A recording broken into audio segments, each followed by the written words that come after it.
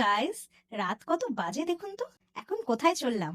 আসলে দিনটা ছিল 14ই নভেম্বর, আর 12টা বাজলেই আমার বার্থডে। আর বর প্রমিস করেছে একটা নতুন ড্রেস। বাট প্রশ্ন হলো, অনলাইনে না পাঠিয়ে কেন নিজে হাতে কিনতে যাচ্ছি? কারণটা শুনলে হেসে গড়াগড়ি খাবেন। এসে গেছি প্যান্টালুনসে। চলো চলো। হ্যাঁ, তো কেন অনলাইনে অর্ডার করা হয়নি জানেন? কারণ আমার সাইজ।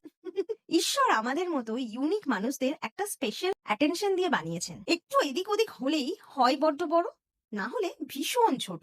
আমাদের সাইজ খুঁজে পাওয়াটা একটা যুদ্ধ। যাকগে, সোজা ট্রায়াল রুমে ফাইনালি একটার পর একটা ট্রাই করতে শুরু করলাম। এটা চলবে না, এটাও ঠিক জমলো না, বাবা রে, কঠিন কাজ।